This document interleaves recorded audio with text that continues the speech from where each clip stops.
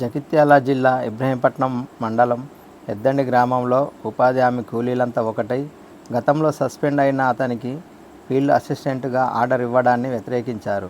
గతంలో అక్రమాలకు అవినీతికి పాల్పడి మరుగుదొడ్లు కట్టుకున్న డబ్బులు రావాలన్నా, ఇంకుడు గుంత రూపాయలు రావాలన్నా, కొత్త జాబ్ కార్డు సృష్టించాలన్నా లంచం వసూలు చేసిన గత ఫీల్డ్ అసిస్టెంట్ భాష తప్పిదాలను అప్పటి కలెక్టర్ శరత్ కుమార్ గుర్తించి వెంటనే సస్పెండ్ చేశారని, ఆ తర్వాత 4 సంవత్సరాల నుండి ఆ బాధ్యతలను సీనియర్ మెట్గా గుజ్జేరు సుభాష్ అప్పటి నుండి ఇప్పటి వరకు ఎలాంటి అవకతవకలకు తావివ్వకుండా మంచి శ్రద్ధతో ఉపాధి హామీ పనులను ముందుకు తీసుకెళ్లాడని ఉపాధి కూలీలు తెలిపారు.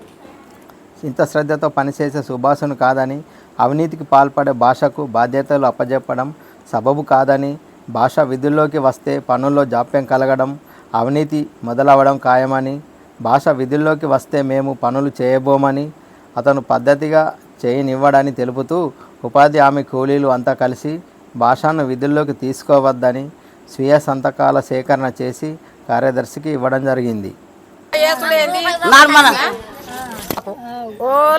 లేదు ఇక మనిషికి నేర్చుకుంటా చెయ్యనోళ్ళకు కూడా ఏపిస్తున్నాడు పనులు. గీది కాదు గది కావాలా గిది కావాలా గీ కొలతలకు వెయ్యాలని కూడా చెప్తున్నాడు. అయినా కొలతలకు కూడా మేము చేస్తున్నాం. పైసలు అన్ని డబ్బులు మంచిగానే పడుతున్నాయి. ఈ సుభాష్ ఎక్కిన కడికలు అయితే పడుతున్నాయి.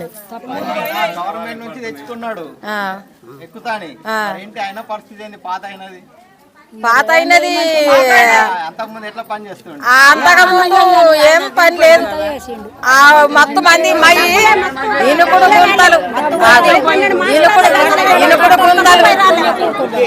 గుంతలు కొట్టినవి అయితే మాకు రూపాయి వాళ్ళేవు.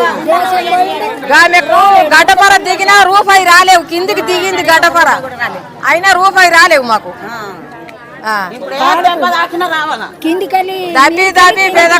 దబ్బి చచ్చిపోయింది కానీ వెంకటేశ్వర్ల గుట్టకు దబ్బితే 1 రూపాయి రాలేవా ఇనుకుడు గుంతలే. రాళ్ళ ఆపరేషన్ చేయించుకొని కూడా పోయినా నేను పోయినారో రూపాయి రాలేవు నాకు. అసలు పరిస్థితులు ఏమంటే వాడికి ఓవులు లేదు, అలా గల్సులు లేదు, అవి కాగితాలు ఇస్తులు లేదు. ఇన్నొద్దులు దేశాలు పోయిండు. దేశం లేక ఈ పని అద్దని దేశం పోయిండు. అదే దేశంలో బతకాలి. ఇక గిడే మాసి ఉన్నది. ఇక సార్లతోటి మాట్లాడుకుంటారు. మొత్తం మేము కూడా వస్తాం సార్ల దగ్గరికి వచ్చి మాట్లాడమంటే కూడా మాట్లాడతాం.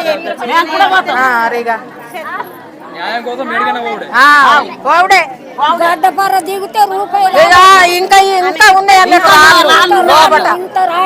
ఇప్పించిండు ఏమన్నా పైసలు రాలేదు.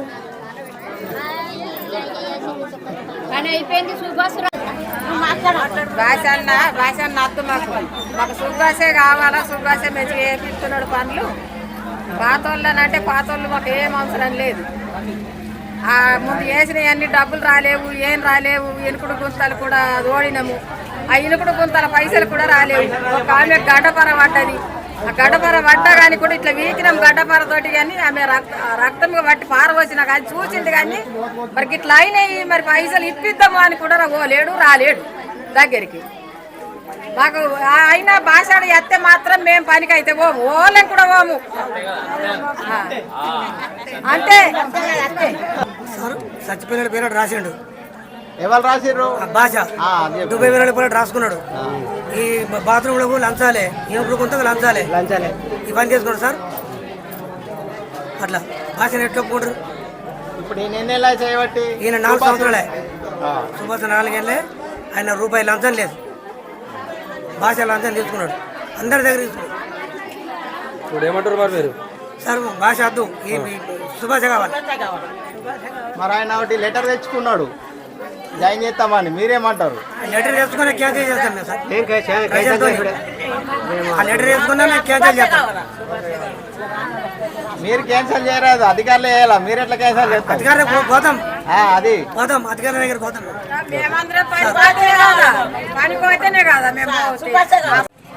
ఆయన అయితే పెద్ద ఎత్తున ధర్నా చేస్తాం. మండలం పోతాం, కలెక్టర్ ఆఫీస్ పోతాం, పెద్ద ఎత్తున ధర్నా చేస్తాం సార్.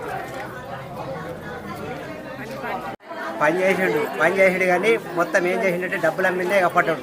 ఇనుకుడు గుంతలకు ఇంకుడు గుంతలకు మొత్తం పైసలే ఎన్నిసార్లు అయినా కానీ ఆఫీస్కి 10 సార్లు నడిచినా 100 సార్లు నడిచినా కానీ కూడా మమ్మల్ని గీత పట్టించుకోలేడు. ఇక డబ్బులు 1 రూపాయి కూడా మాకు ఇవ్వలేదు, రమ్మని తోలకపోలేదు. అదే ప్రతి పనికి కమిషన్ ప్రతి కమిషన్ అన్నిటకు కమిషనే. ఆయన భాష సుబ్బష మాకే రావాలి. నా పేరు శేఖర్, గత తాజా మాజీ ఉప సర్పంచ్. గత 4 సంవత్సరాల క్రితం మన ఎర్దండి గ్రామంలో ఫీల్డ్ అసిస్టెంట్గా హుజూర్ భాష అని పనిచేస్తుండే. ఆయన దాదాపు బాత్రూమ్లు కట్టాలన్నా, ఇంకుడు గుంతలైనా, ఎక్కడైనా సరే లంచాలు అని చెప్పి చాలా డబ్బులు తీసుకుంటా ప్రజల్ని తప్పుదోవ పట్టించిండు.